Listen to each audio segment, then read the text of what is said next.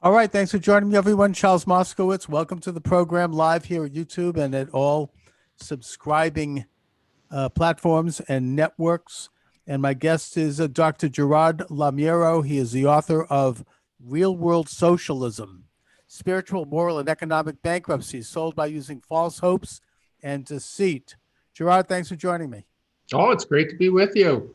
Well, this book is quite timely given the fact that in just 4 days, we're going to have an election, and the Democrats are offering the most socialistic left wing candidacy since I think Henry Wallace back in 1948, who was an outright supporter of Stalin, and that the ramifications are enormous.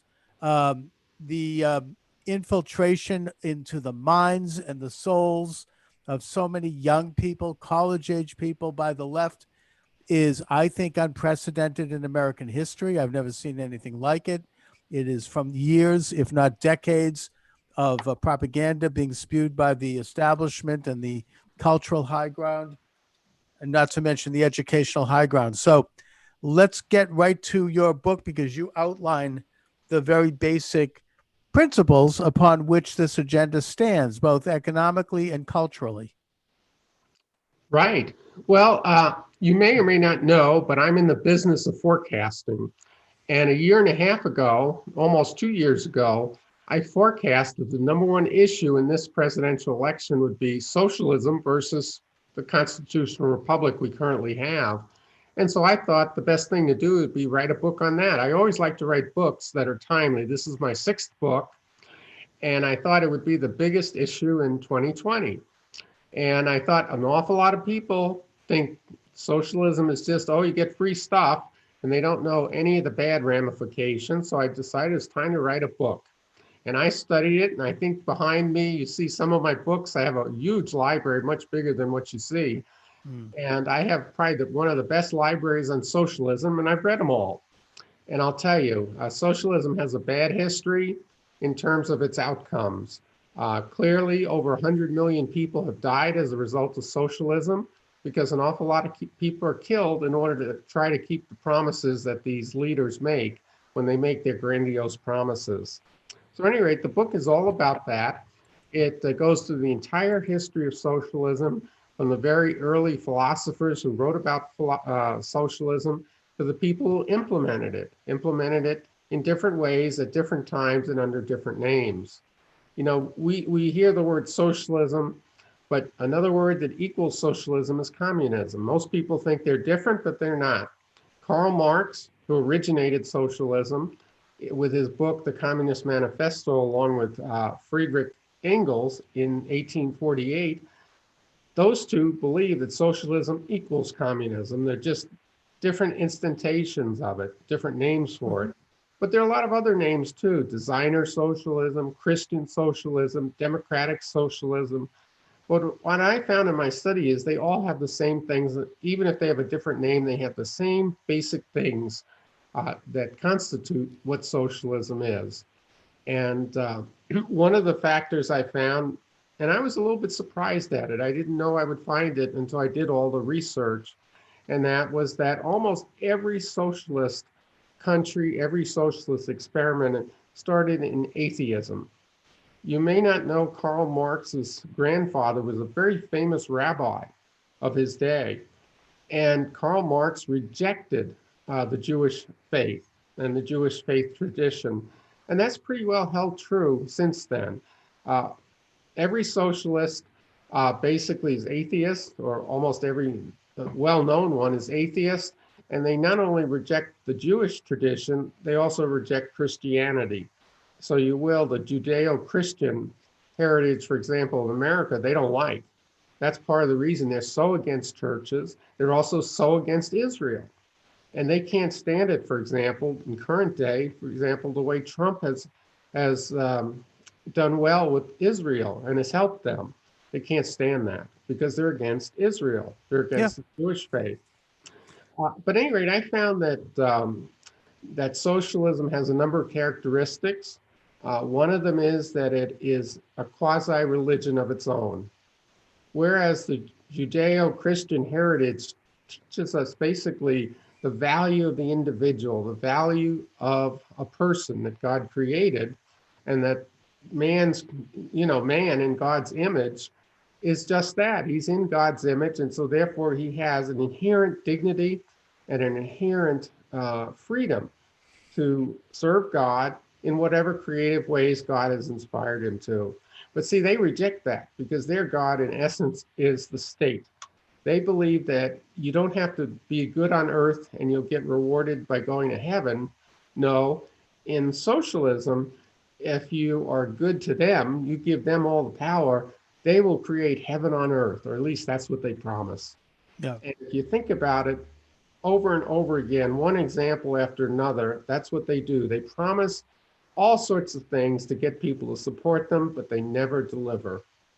And one good example is Hugo Chavez, 1998.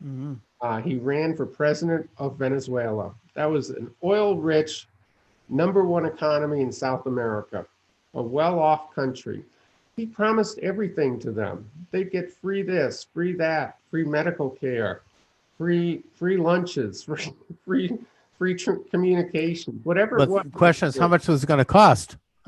Well, it turns out he bankrupted the country. He took over industry after industry, and what happened was he drove the country into bankruptcy to where now the people are starving and they can't get out of the country fast enough. So if they can find a way out, they leave because it's a terrible, terrible way to live.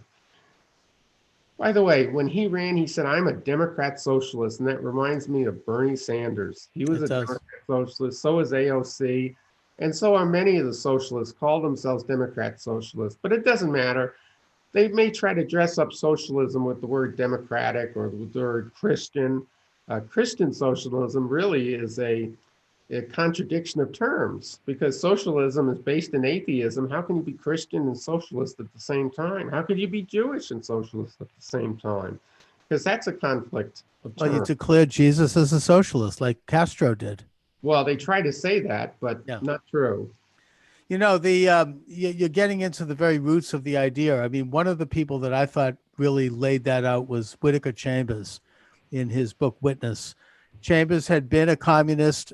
He had worked within the Roosevelt administration, handling communists inside the administration like Alger Hiss and Harry Dexter White and a long list of others. And then he turned on it. He became Christian. And when Stalin made an alliance with Hitler, he couldn't sit still any longer. He went to a high-level official in the Roosevelt administration, that being Adolf Berle, and he gave him his evidence of this. And he was afraid for the world at that point. Many years later, he testified in what was called at the time the trial of the century, and he exposed Alger Hiss and others, along with several other people. And in the introduction to his seminal book, which I really recommend, it's called Witness, it's his biography, he talks about the birth of socialism and communism and refers to it as the world's second oldest religion, in that he uses the metaphor of Adam and Eve, and that the serpent in the garden, who was Satan, lured Eve into partaking of the forbidden fruit with the promise that she, and then with Adam, who entered into the conspiracy, could know everything, could know good and evil, could know all the secrets of the universe, which is to say that they could replace God, that they could, as men and women, they could rule the universe and overthrow God in heaven.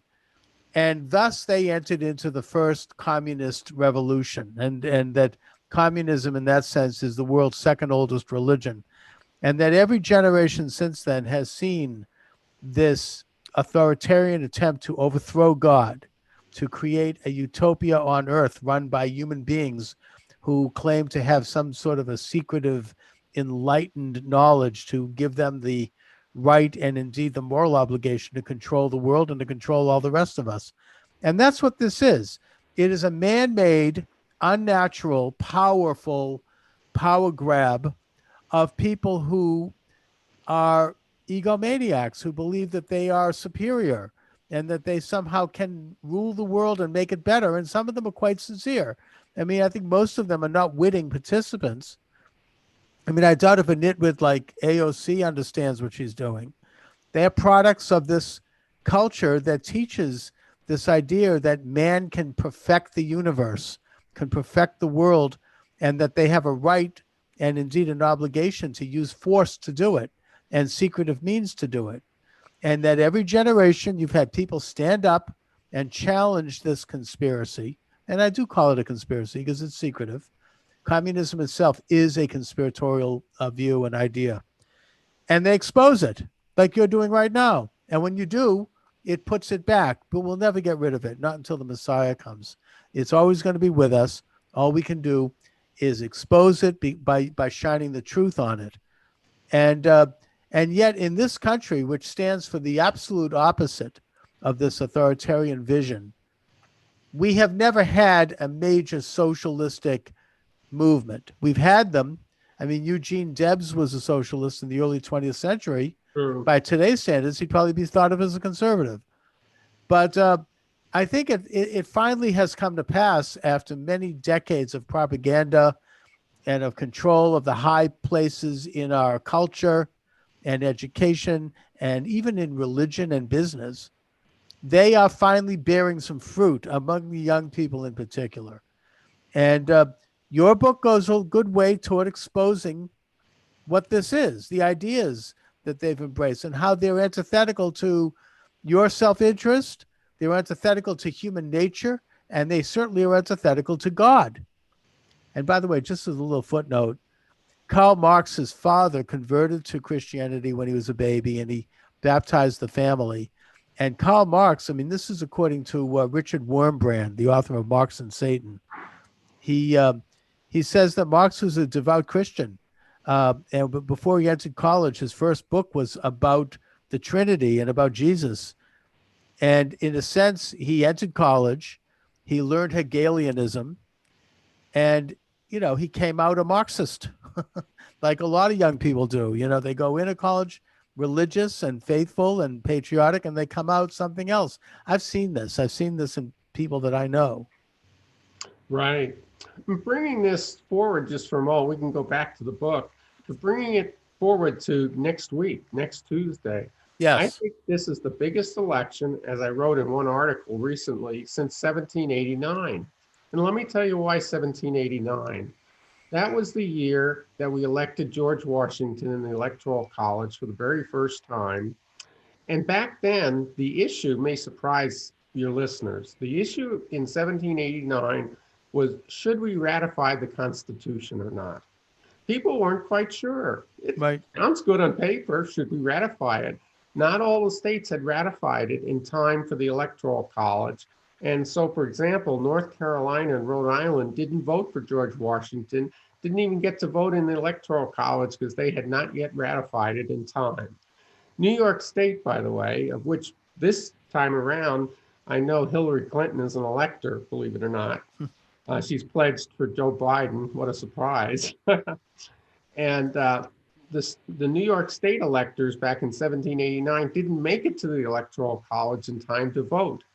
And, you know, those days it was harder to get around. They didn't make it. So 3 states didn't vote, but the other 10 states elected George Washington president. He got 66 electoral votes at the time, which was enough. Back at that time, though, they were debating the Constitution as the number one issue. And when it was all done, we not only had George Washington as president, but the states all agreed that they should ratify the Constitution. And we went on our happy way for 240 years, where we were the greatest economy, the greatest country, the greatest political documents ever written and implemented. And right now, this year, the number one issue in my book is, are we going to readopt the Constitution and stick with a constitutional republic? Because that's what Donald Trump is trying to do in the Republican Party. They believe in the Constitution, the rule of law. Or, as the Democratic Party wants, do we turn it into a socialist country? They've talked about, Barack Obama talked about, lots of other Democrats have talked about, they want transformation. They want revolution. From what? From the Constitution. Well, that's right. They don't tell you what they want to transform the country into. They just talk about this idea of transformation as a virtue in and of itself. Right. But really what it is do we keep the Constitution, or do we give them the power to make this into a socialist communist state? And that's what I think they would do. Their agenda is up and down socialist. Oh, The quite clearly. eliminating the electoral college is one step, eliminating whatever laws they choose not to follow. I mean, right now, the governors of large blue states and the mayors of large blue cities, they don't bother to follow the law when it comes to rioting and looting. You know, if you want to protest, fine. If you want to loot stores, well, that's what they did in Philadelphia the last 3 nights. That's right. I mean, they're willing to loot black businesses, burn black neighborhoods, kill black people. Right. You know, and it's I think that might be a tipping point. You're talking specifically about Philadelphia, where you had a situation where this man who happened to be black was charging at police officers with a knife, and so they shot him like they would shoot anyone doing that, regardless of their race. And somehow this is causing an excuse for people to go out and start looting black neighborhoods again in the name of helping black people. You know, these are people, we're not talking about the Klan here. You know, we're talking about people who dress themselves up as liberals. And then in New York, you have the phenomena of Jews for Trump going out and rallying peacefully and crossing the Brooklyn Bridge.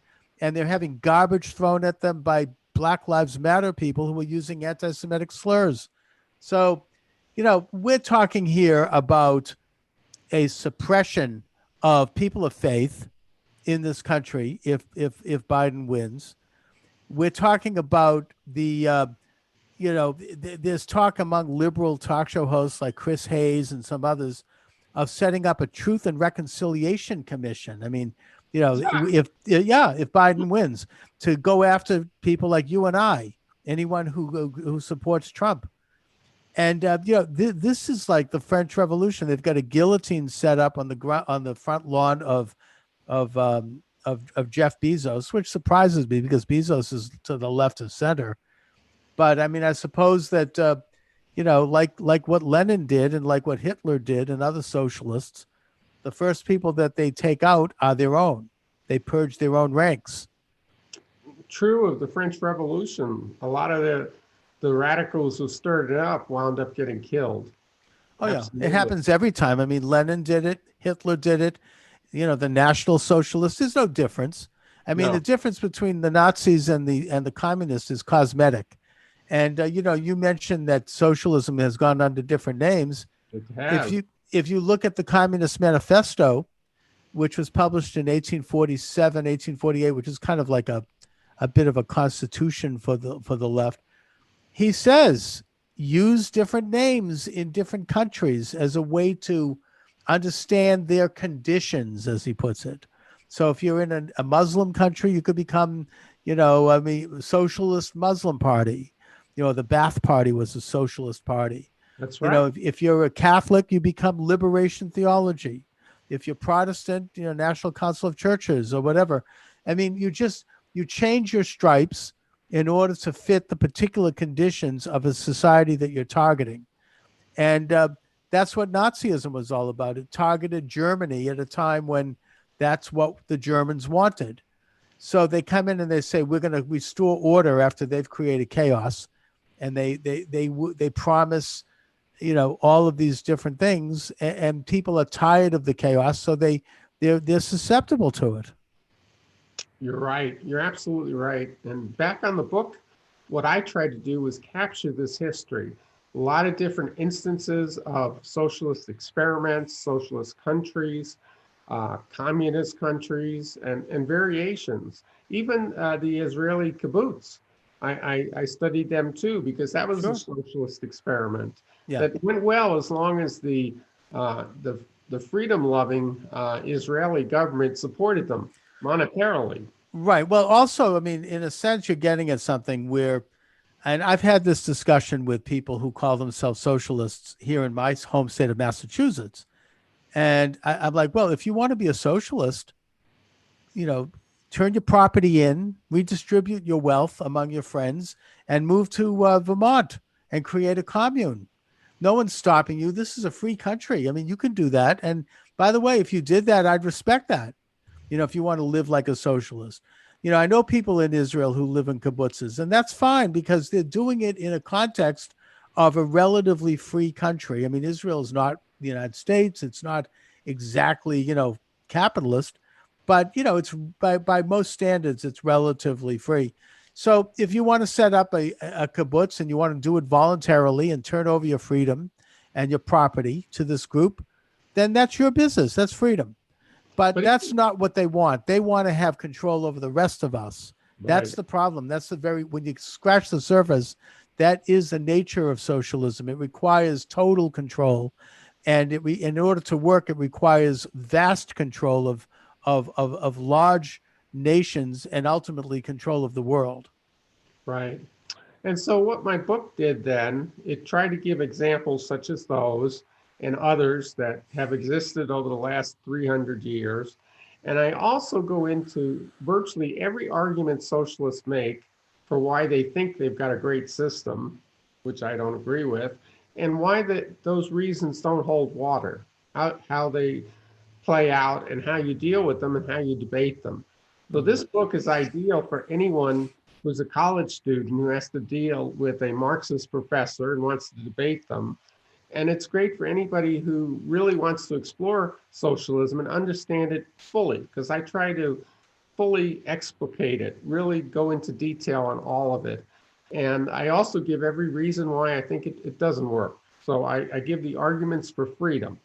And the opposite of socialism is not capitalism. Capitalism was a pejorative term that socialists came up with to kind of make believe people who believe in freedom are really all about money. They're greedy and that sort of thing. That's not true. The opposite of socialism is freedom, because freedom, individual freedom, is what people who follow the Constitution in this country believe in. That's what the Constitution is. It's a political document to guarantee freedom. So a government cannot get out of control. And that's why they don't like the Constitution. They don't like the different amendments. That's why they have such a hard time with free speech. Free speech allows you to debate ideas. They don't want to debate anything because they can't win a debate. They cannot win a debate. No. And if you look at the history of socialism, which I've done having read all these books and that, one of the remarkable things is the fact that over and over again, wherever they try to get involved, whatever country, whatever places they show up, they basically take over every part of that culture that they can, because you cannot have any part of it free, or else it's going to eventually conflict with government control. So for example, in this country now, we see BLM involved in our sports, the NBA, the football, even baseball. And they use authoritarian means to make people bow to them and kneel. I mean, Americans should never kneel to anyone. As a Jew, I know that I will never kneel to anyone but God. And this whole idea of kneeling is just unbecoming. It's un-American. And, and we're supposed to be doing this because we honor and we acknowledge racism. We could take a look at which organization and which idea is most racist. I've made this case many times with regard to what the left has done to the Black community, and I think Black people are starting to wake up to it. But you're laying out very clearly and in good, solid terms the nature of this agenda, this conspiracy, and how it can infiltrate people's minds. I mean, it plays upon the worst elements of our nature, our greed, our envy. The seven deadly sins. You look down the street and you see the guy who has a better house than you have, better looking wife than you have, better car than you have. And you're jealous and you want those things part of you. And so the socialist comes along and says, well, it's unfair that they have more than you. And we're going to give you a part of it, or we're going to just take it away from them so you don't feel so bad. And, it says, yes, I don't have to think about this anymore.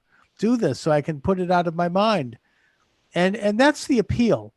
And why do you deserve something your neighbor has? Just there's no rational reason, just because you want it. You didn't do anything to earn it, but because you want it, that's enough. And that's their agenda, to then redistribute everything so that everybody doesn't have to feel bad that one person might have something more than the next person. And it runs completely contrary to human nature, because we're not all equal when it comes to the act of conduct of our lives, we're equal in that we're born equal and we die equal, and we're equal under God. But, we're born with different circumstances, and some of it's luck. Others of it is developed skill. I'm never going to be as good a baseball player as Carl Yastrzemski. I mean, it's just, that's the way it goes. That's nature. That's, it's a lot of things. It's nature, nurture, focus, work. It's reality. And this idea that, they criticize capitalism. Capitalism, as you say, they made up the word as a pejorative, but eventually became a badge of honor. Capitalism is what's normal and natural to the human being. We all want freedom. We want property. That's something the animal kingdom understands. I mean, try to get into the property of a bird's nest, or get into the property of a beaver dam or a bee's hive, and you'll find out what happens. Animals understand property. Plants understand property, and they want to abolish this. It's unnatural. No one in their right mind would agree to it, which is why they have to use subversive tactics and propaganda to convince us to do this, or to do it quietly and behind the door. Yeah, I agree. And it's also part of human nature that want competition. We all compete. You compete for a promotion. You compete when you first get out in college and you start dating. You try to get one person out, and maybe that one doesn't want to go out, and they're looking for a better potential husband or whatever, or they hope to find somebody better looking or smarter or richer, whatever it is they want. But people compete. It's natural. It is, and it actually improves you. Yeah, and one of the flaws of socialism is it violates human nature, because we all believe in competition, and we all have to, as you say, believe in private property. The animals do, and everybody does. I mean, right. For example, let's suppose you created a socialist factory. Everybody gets the exact same pay no matter what job they have, building the widget. And then everybody gets the exact same pay. And then all of a sudden you're working along and you see, well, the other guy, he's not doing much work. He's not making many widgets, and I'm making more widgets. Why should I make more and he makes less, and we both get the same? And so what happens is their productivity drops because there's no competition between them. There's no reward. If you're a hard worker and your output is double your compatriots' output, you don't get double the pay. You get the same no matter what. So eventually they wind up where their factories go barren because nobody's competing. Competition is part of human nature. You can't get away from it. Exactly. In fact, there's, when you mention this, I'm thinking Thanksgiving is coming up, and the Thanksgiving story, Governor William Bradford kept a diary of the first year when they landed in Plymouth Colony, and they tried a communist experiment. He even referred to it as that. He used the word communism in his diary, and he said it was from the Greeks, the Platonic society. Right. And it almost collapsed. They were on the verge of starvation because everybody had to be equal. All the men had to get the same benefits. The women had to all do certain things. Everything was set by the governor. And it was a complete failure, and it almost collapsed. And eventually they reorganized it. They actually learned from the natives how to reorganize. And the whole idea of the Thanksgiving was the celebration of the fact they'd overcome this. And, William Bradford, again, this is his diary. It's fascinating. I suggest that people check it out because it's an example of how these experiments have always failed. They are not consonant with human nature. Ironically, I actually interviewed the curator of Plymouth, the Plymouth plantation a couple of years ago. And he completely denied this, even though it's in writing. He's like, oh, well, the timeline is not right. The left always uses like little minute excuses to try to, to discredit something that they don't like. I mean, the footnote wasn't exactly right. I've had people on the show, they'll debate a footnote in a book that isn't, well, it didn't happen on March 12th. It happened on March 14th. So you can discredit the whole book. They get very technical. But anyways, we ought to remember the real message of Thanksgiving, which is that the communist experiment of Plymouth Colony failed, and out of that came a free city and a free colony and the beginnings of the United States. It turns out everywhere else it was tried, every other experiment, every country that decided to try socialism, and quite a few have actually, Sure. some more notoriously than others, have failed. And Yeah, look at North Korea. Right? I oh mean, yeah, gosh, terrible. Vietnam. I mean, they're moving more toward capitalism now, but how many millions of people had to die before they were able to change? Yeah. Communist China. I mean, this is Cuba, the Soviet Union, Nazi Germany, as I said. Well, These are communist all China, modern socialist experiments. right? Communist China and Russia had the two biggest famine in world history, Sure. where millions, literally tens of millions of people died because of political socialism, because of trying to move people or control what they grew in terms of crops. And it was terrible failure. I think it was about 25 million in China and maybe a little bit similar to that number in Russia. The Great Famine and that. Oh, yeah. I mean, even Lenin recognized after 2 years of pure communism, as pure as you could get, that the country was starving and that the millions of people were dying. And so he moved toward a return to capitalism, the NEP system. And in fact, I debated Noam Chomsky on this topic.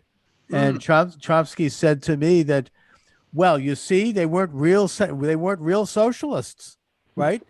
They moved away from socialism. They didn't keep the pure experiment. I mean, probably Stalin was even more pure of a socialist than Lenin. But yeah, I mean, it's we're told now, well, these countries weren't socialistic enough. That's why they had this suffering. We ought to try it again. And I saw this actually in a textbook for a Scholastic, published by Scholastic for high school students, where you saw this in there. It's unbelievable. Yeah. This is what young people are imbibing. It's Yeah, that's it. By the way, my book covers another aspect too, and that is where did this socialism come from in our country? And I go into the history of socialism and socialist thought in Hollywood and in academia and in some of the other places that it exists, like the media. And so if people are interested in the history of that, we can trace our Hollywood roots on socialism back to Joseph Stalin, because he believed the cinema was one of the great ways to convince the masses of the greatness of socialism and why they should go that way. And he tried to infiltrate Hollywood back when he was running Russia. And it worked to a greater or lesser extent. And they did things like try to blacklist actors and actresses who were not favorable towards socialism. And they're still doing it. Yeah, well, I mean, look at who is this? This guy Pratt, this actor. I forget his first name. He was in some of the Superman movies. He made some mild statements about supporting President Trump, and now, I mean, he's had to have his face dragged in the mud over that. He's having to grovel and plead to have any kind of a career now. You have who is it? Matt McConaughey, also in Texas. He's made reference to getting out the vote. He's afraid to come out, but he's a Trump supporter. But he won't come out and say it because he's going to have to be hung. I mean, it's going to be an auto da fe. You won't have your career. So, yeah, you bet they've infiltrated Hollywood. I mean, Dalton Trumbo, who was one of the Hollywood 10 and who was blacklisted as ultimately as a communist writer, he gave an interesting interview where he said, look, I wasn't really a communist. I never bought this, but I wanted to work in Hollywood. I wanted to get published. So this is where, the bread is buttered, so I played along. I was going to say, by the way, it reminds me of this year, the Cato Institute, a libertarian think tank, did a study and found that 77% of conservatives in America today are afraid to tell you what they believe. Oh, yeah. Because that free speech has been so suppressed in this country now by the socialists, the leftists, that people lose their jobs if they say they support Trump. They're basically shunned. It can be damaging to your career, your reputation. I do it because I don't care. I've got nothing to lose, right? But even there, I've had to change my last name, to be honest with you. Really? Oh, yeah, to do this show, because people in my family have let me know in no uncertain terms that they can't be associated with me. And Wow. I understand that because they've got careers and they've got reputations. I have to be careful about that. This is what it's like now in this country. It is. And I think that, I mean, God willing, I mean, these people are going to come out on election day in droves, and there's going to be a tsunami because, they're not talking about it publicly, even to their own family members, but they are aware, they are woke, if you will, in terms of which side is oriented toward freedom. Absolutely. And by the way, there's some significant things about the Trump rally. Not only does it show the high voter enthusiasm, but also, maybe this is not something all your listeners have heard, somewhere around 25% of the people who are at Trump rallies have never been associated with voting before. And oh, that's incredible. 20% are registered Democrats. Oh, yeah. And there are a lot of Democrats who are switching to support Trump. And, it's kind of ironic because people are talking about, a lot of Democrats are out there voting early this year. There's 70 million people voted. A lot of them are Democrats. But the funny thing is, they're not voting for Biden. They're Democrats voting for Trump. So I think we can hope people are going to be really surprised at how big a turnout there's going to be. And I know that, I try to forecast election results, and I usually am pretty accurate. And one of the things I found is a lot of people are saying that they basically are voting for the first time this year. Oh, that's and Republican registrations are way up, especially in the battleground states. And now there's polling which shows that blacks are supporting Trump by up to like 40%. Yes, that's true. That's going to be devastating. That will be the most beautiful thing to come out of this, in that it'll devastate the identity politics of the left. They're no different than the Ku Klux Klan in that way. They're all about race. And to have black people come out and say, no, thank you to that we support a great president and that we want to have a future, the prosperity and all the same thing everyone else wants. Same thing with young people, same thing with women and Hispanics, even my fellow Jews. They have, as I said, I mean, there was a rally in Brooklyn, Jews for Trump, right? People throwing garbage at them and people yelling anti-Semitic slurs. Fine. They're out there. I think a lot of Jews are going to do it quietly. They speak to me sotto voce. We're voting for Trump. Don't tell anyone. It's like a prison movie. They speak like this. But they're going to do it on election day, and it's going to be a beautiful thing to see. God willing. I mean, I don't know. The forces arrayed against Trump are so fierce and so willing to do anything to stop him. I mean, including trying to overthrow the government. It's unprecedented in American history. And the reason is because he actually is who he says he is. He is a conservative. It's not like George W. Bush, who might have thrown a few platitudes out there, boo bait for the bubbas. Trump means it. And he is taking moves to de-escalate foreign wars and to improve America's posture in the world in terms of trade and economy and reducing bad regulation and keeping taxes low so people can earn a few dollars. Not going to war over everything. Oh, I go. You think the left, I mean, they used to remember de-escalate, Marvin Gaye, right? In the 1960s, the songs about de-escalation. Well, now forget it. That's off the table now for them. You finally have a president who's doing that and who means it. Right. And they're just having a complete meltdown. The Middle East is the safest it's been in years for us. Of course.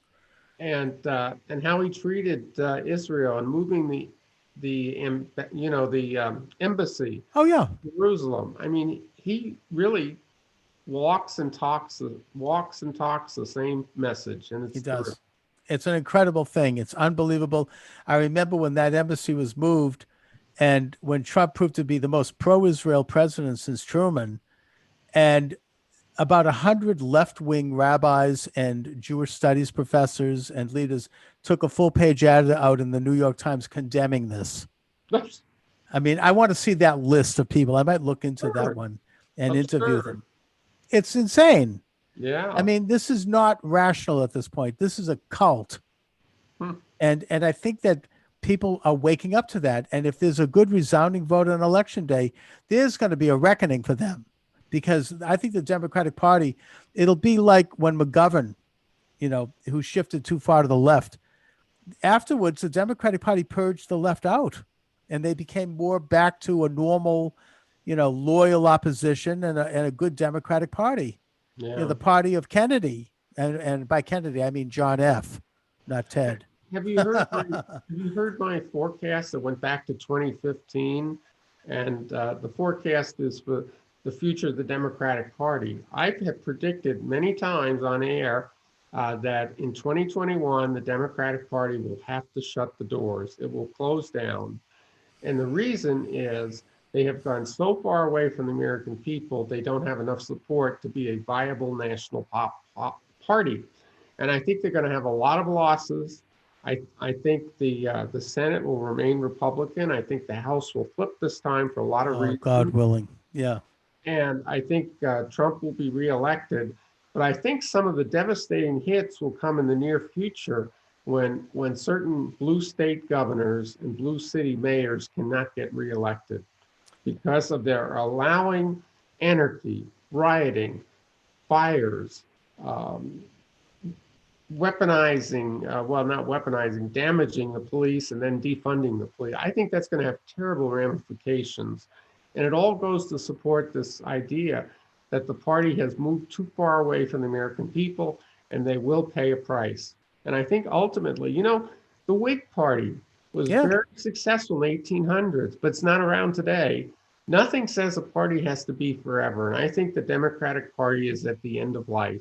Oh, I mean, that's such a great prediction, Gerard, and you are an expert in predictions. And, that the idea that they would go the way of the dodo bird is a fantastic thought. Well, that's my thought to leave us today. Whenever. Very good. So, Gerard Lameiro, let my listeners and viewers know where they can get your excellent book. I'm looking forward to reading it myself. I want my family members to read it. It's a very important document. And buy it for your college students or high school students that have to fight Marxism with their teachers and professors. Well, Amazon is the place where most people buy it, but you can buy it at Barnes & Noble. You can buy it at any store. It's in books and print, so you can always order it if some little small store doesn't have it. But it's Real World Socialism. I have 5 preceding books. I've got a great book on freedom. I've got some other excellent books.